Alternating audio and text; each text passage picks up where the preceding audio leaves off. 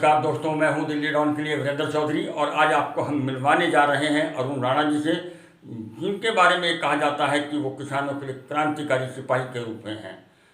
आज अरुण राणा जी से जब हमने मोदी को लेकर बात की तो उन्होंने कहा कि अभी तक हमने सुना था कि भाजपा सरकार, भारतीय जनता पार्टी की सरकार व्यापारियों की सरकार है, लेकिन अब हमें पता चला कि ये व्यापारियों की सरकार भी नहीं है, ये सिर्फ उद्योगपतियों की सरकार है और आम समाज के लिए एक दमनकारी सरकार है। उन्होंने कहा कि सरकार ने कभी किसानों के आंदोलन को आतंकवादी आंदोलन साबित करने की कोशिश करी, कभी नक्सलवादी कहा, कभी परजीवी कहा, कभी आंदोलनजीवी कहा और यहाँ तक कह डाला कि अब ये आंदोलन सिर्फ जाटों का आंदोलन है।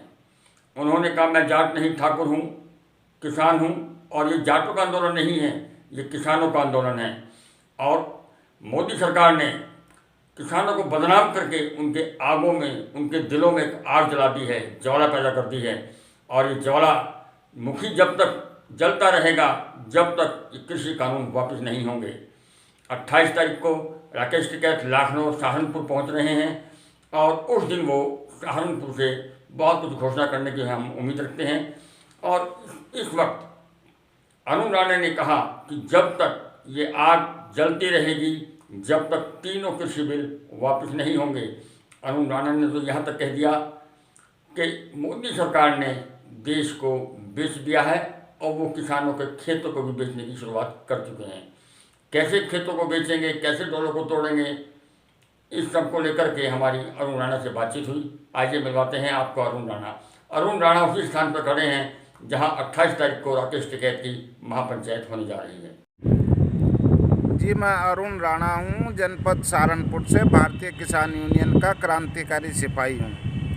हम लोगों का जो राष्ट्रीय अध्यक्ष के द्वारा धरना दिया जा रहा है, राष्ट्रीय प्रवक्ता राकेश टिकैत जी के द्वारा, हम उनको ग्राम लाखनौर में इसी स्थान पर बुलाना चाह रहे हैं और उन्होंने 28 तारीख का समय दिया है, 28 फरवरी का लगभग 11 बजे में यहाँ पहुँचेंगे और यहाँ 50,000 से 1 लाख आदमियों की, किसानों की सभा की जाएगी। और वो जो धरना वहाँ चल रहा है, कृषि बिलों के विरुद्ध 3 काले कानून जो हैं उनको किसान नामंजूर कर चुका है। पूरे देश में मुट्ठी भर किसान जो हैं, बता रही सरकार, वे मुट्ठी भर किसान ही सरकार को इस गद्दी से, इस सत्ता से उतार फेंकेंगे।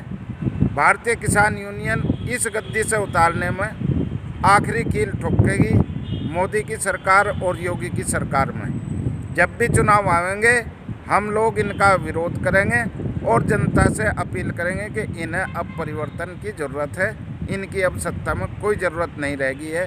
मोदी जी ने पेट्रोल डीजल के दाम 3 गुने कर दिए हैं, जो पिछली सरकारों से में थी उसमें 2 गुने कर दिए हैं और किसान के बिजली के बिल 4 गुने कर दिए हैं। और योगी और मोदी की सरकार ने फसलों का भाव, गन्ने का भाव 4 साल से नहीं बढ़ाया। ये रोज़ कहें कि MSP बढ़ा दिया, SSP बढ़ा दिया, पता नहीं कितने अंग्रेजी के शब्द इस्तेमाल कर रहे हैं ये लोग। पर सीधी सी बात यह है कि महंगाई के अनुपात में ज़रा सा भी रेट इन्होंने फसलों का नहीं बढ़ाया। जहाँ तक MSP की बात करें है, हम लोग ये चाहते हैं जो सरकार MSP का रेट तय करती है उस पर सरकार फसल खरीद ले। हमारी खरीदी नहीं हो रही। MSP था, MSP रहेगा, MSP है, मगर उस MSP का लाभ नहीं मिल रहा। हम ये बात सरकार के कानों तक योगी जी और मोदी जी के पहुंचाना चाहते हैं कि जो आप यूँ रहेगा, था और है, ये सब कुछ नहीं है। किसान को नहीं मिल रहा कुछ, किसान को मिल रहा है तो तुम्हारी दुत्कार तानाशाही सरकार, किसान की कोई सुनवाई नहीं हो रही। हर 50 किलोमीटर का टुकड़ा आपने सड़क का बेच लिया। हर सरकारी संस्था, चाहे वो बिजली की है, चाहे वो फ़ोन की BSNL की है, सब बेच ली। अब कृषि मंडियों को बेचने का नंबर आ गया, क्योंकि कृषि मंडियों में जो टैक्स लगाने की बात कही में घाटे में आ जाएगी और घाटे में आते ही अडानी जो है वो गिद्ध की तरह बैठा हुआ। अडानी उन्हें खरीद लगा, अंबानी उन्हें खरीद लगा। अडानी का माल खुल जाएगा उन कृषि मंडियों में और अंबानी के पेट्रोल पंप लग जाएंगे वहाँ, गैस पंप सारे लन्नो लैनी साल लगाओगे। सरकार की योजना बड़ी लंबी चौड़ी है किसान को गुलाम बनाने की। और किसान को गुलाम बनाने के लिए अभी हर बजट में सरकार ऋण बढ़ा रही। तो ऋण बढ़ाने का मतलब ये हो गया कि उस पर ब्याज तो कहीं कहीं गुना लगा रहे, क्योंकि मेरा पिछले साल का गन्ने का भुगतान सारा नहीं आया अभी मेरे खाते में। यूँ बता रहे कि दे दिया गया का मतलब अब वो समिति में रहेगा, 15 दिन प्रोसेस में रहेगा, उसके बाद पिछले साल का। और इस साल का तो अभी 4 महीने हो गए गन्ना बेचते हुए, मिल में डाले हुए।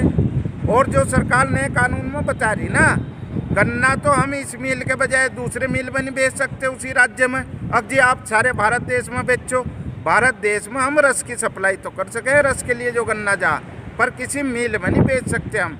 ये सब सरकार किसानों को, जनता को गुमराह कर रही है।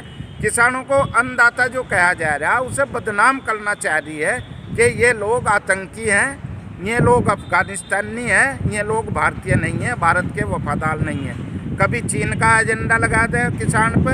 अरे किसान का बच्चा ही बॉर्डर पे है भाई, जो बॉर्डर पे जिस दिन वो किसान उसे चाहेगा ना कि वापस आ जा, तो ये भारत देश के जो ये सरकार बैठी मोदी और योगी की, ये बोखला जगह कि ये घर वापस कैसे आ गए। हम लोग केवल वफादार थे, वफादार हैं, वफादार रहेंगे। किसान ही इस देश का वफादार रहा है, सबका पेट भरा है किसान ने। और इस महंगाई को भी किसान ही झेल रहा, इस मोदी और योगी के तानाशाही को भी हम लोग झेल रहे। और जितना विकास कर रहे हैं मेरी ज़मीन पर कर रहे हैं, मेरे भारत देश की ज़मीन पर। हमारी ज़मीन जिस प्रकार से लुटी जा रही थी, वो कांग्रेस पार्टी ने उसमें जो 4 गुना का इजाफा किया, उसे मोदी और योगी भुनाना चाह रहे। वो 4 गुना नहीं है, वो मिल रहा अब किसानों को 2 गुना और 4 गुना ही, मगर इन्होंने नहीं दिया है।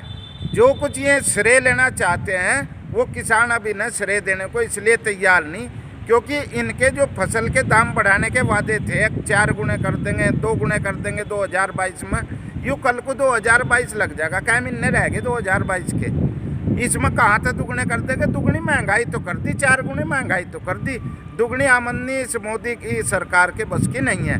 हाँ, 2 गुनी आमदनी अडानी और अंबानी की कर दी।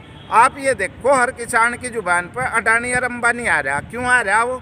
चूँकि अडानी का कई हज़ार करोड़ का तो 12,000 करोड़ का तो वहाँ फ्रांस की सरकार पर ही माफ़ करा। देखो बहुत सारी चीज़ ऐसी हैं, इनके सबूत यूँ नहीं होते। मैंने रात क्या कहा था, क्या पोस्टमार्टम में ही तो पता लगेगा क्या कहा था। तो अगर पोस्टमार्टम होना, इनकी जांच हो तो पता लग जाएगा 12,000 करोड़ फ्रांस की सरकार पर अडानी अंबानी के माफ़ कराए। तो इस तरह से बहुत सारी चीज़ है जो इस सरकार के खिलाफ कोई मुंह खोलता है या बोलता है, उस पर ईडी का छापा, उसी पर सीबीआई के छापे।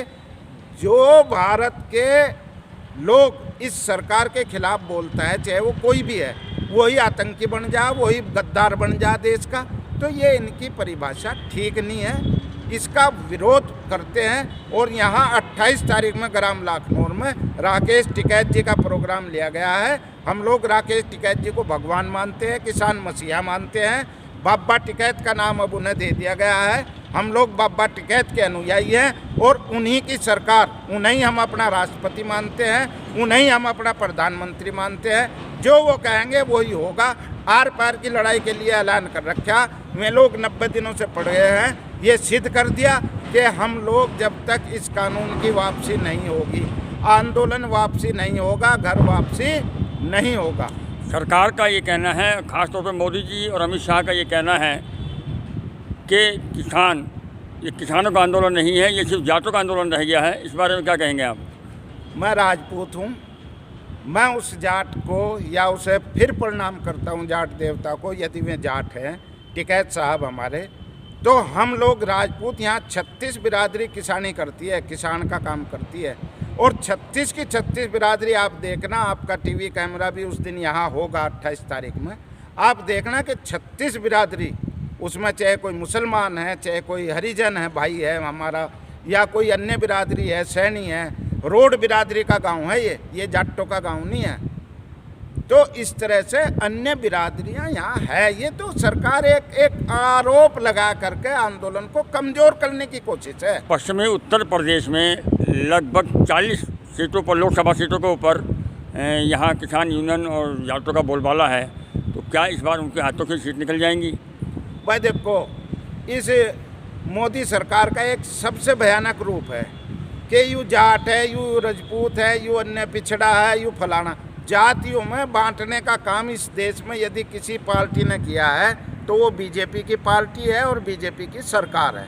वो जातियों में बांट करके इस देश को तोड़ने का प्रयास करती है। आरोप ये किसी पर भी लगाओ।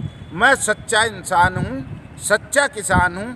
मैं इस आरोप को बड़ी जिम्मेदारी के साथ में लगाता हूँ कि वो सुप्रीम कोर्ट ने हरिजन एक्ट का कानून कराया था, उसमें इस सरकार ने नहीं स्वर्णों का, तो ये सरकार किसान के स्वर्णों के खिलाफ है।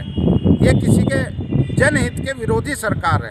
इसे देखना, जो भी चुनाव अब आवेगा ना उत्तर प्रदेश में या देश में, आप देखना गुजरात के अलावा ये कहीं जीतने के नहीं है। राणा जी, मैं एक बात जानना चाहूँगा आपसे कि कभी कभी चर्चा में सुनने को मिलता है कि प्रधानमंत्री के रूप में कहीं ना कहीं गुजरात के लोग उद्योगपति काम कर रहे हैं और मोदी जी उनके गुलाम हैं। क्या ये सच है? सच ये है कि जितना भी कोई बैंकों का ऋण लेकर भाग गया है वो उद्योगपति गुजरात का ही है। मगर इस चीज़ को मोदी जी अपने मुंह से कभी नहीं कहने के। सब चीज़, सबसे ज़्यादा ऋण यदि कोई लेकर भाग गया है तो गुजरात का उद्योगपति लेकर भाग गया है।